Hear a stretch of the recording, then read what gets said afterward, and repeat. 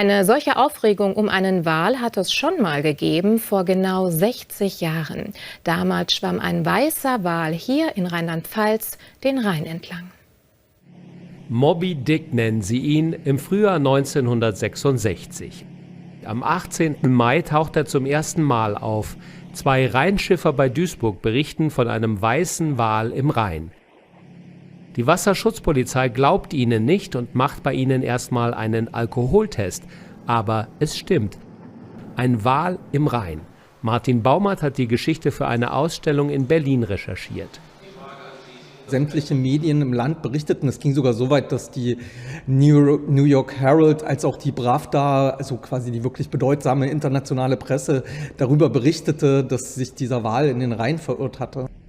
Schaulustige belagern den Fluss und vor allem einer ist im Ausnahmezustand, Zoodirektor Wolfgang Gewalt. Er will den Wal für den Duisburger Zoo fangen, versucht es mit Betäubung, einem Bogenschützen und sogar mit Tennisnetzen.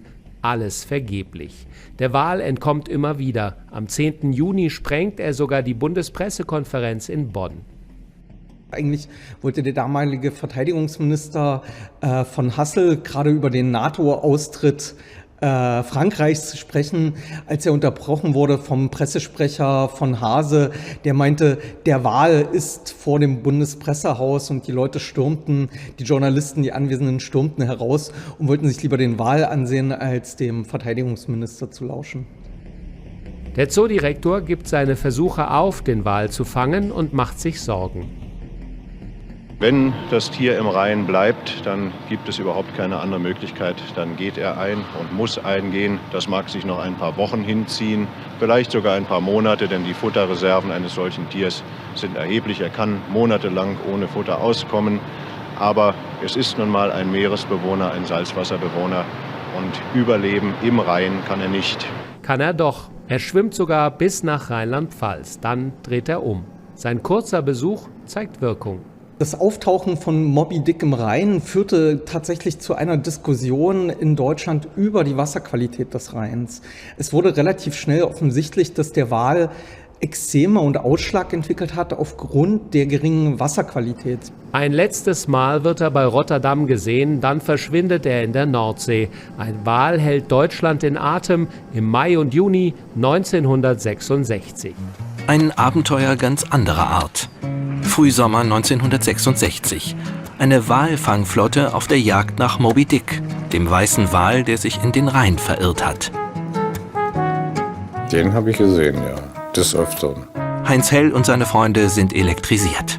Der weiße Wal ging rein hoch und dann sahen wir dann damals die Wasserschutzpolizeifahrzeuge, Bundeswehr und Zollboote, Dr. Gewalt, der Zoodirektor von Duisburg mit einer Harpune vorne drauf. Er wollte ihn ja betäuben und hätte ihn ja gerne im Duisburger Zoo gehabt. Und dann sind wir dann hochgefahren. Dann tauchte er dann auf, alle Boote auf den Punkt hin. Als die Boote dann da waren, dann konnte man die Walfontäne wieder auf der anderen Rheinseite sehen. Also der hat sie ganz schön verarscht.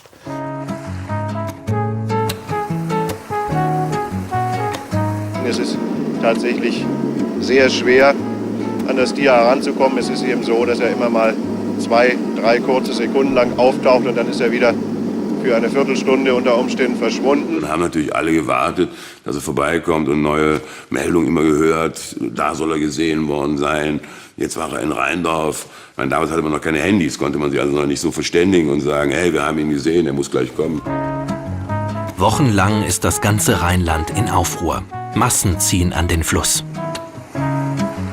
Da wurden viele weiße Wale gesichtet zu der Zeit. Also ich glaube, jeder, der irgendwie eine kleine Macke hatte, der hat den weißen Wal mal wieder gesehen. Also ich habe ihn nicht im Original gesehen. Ich habe neben einigen gestanden, die sagten, da ist er. Aber ich fand, das hätte auch irgendwo ein Baumstamm oder was sein können. Also da wurden viele Wale gesehen. Nach 4 Wochen ist der Spuk vorbei.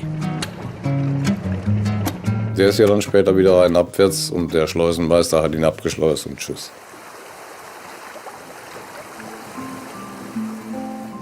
(1966) sorgt dann ein ungewöhnlicher Besucher für erhebliches Aufsehen. Ein weißer Wal. Ein weißer Wal im Rhein. Was habt ihr denn geraucht?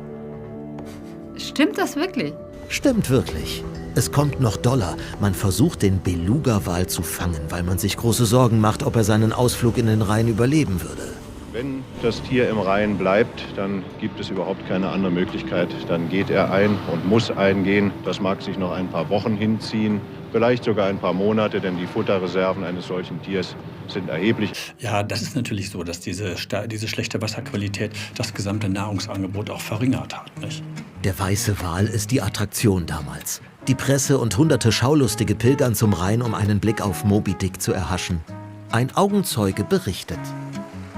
Da wurden viele weiße Wale gesichtet zu der Zeit. Also ich glaube, jeder, der irgendwie eine kleine Macke hatte, der hat den weißen Wal mal wieder gesehen. Ich habe neben einigen gestanden, die sagten, da ist er. Der weiße Wal. Tolle Bilder in Schwarz-Weiß. Ging auch gut aus. Naja, Gott sei Dank hat der weiße Wal ja den Weg alleine wieder zurückgefunden aus dem Rhein. Der Wal hat's überlebt.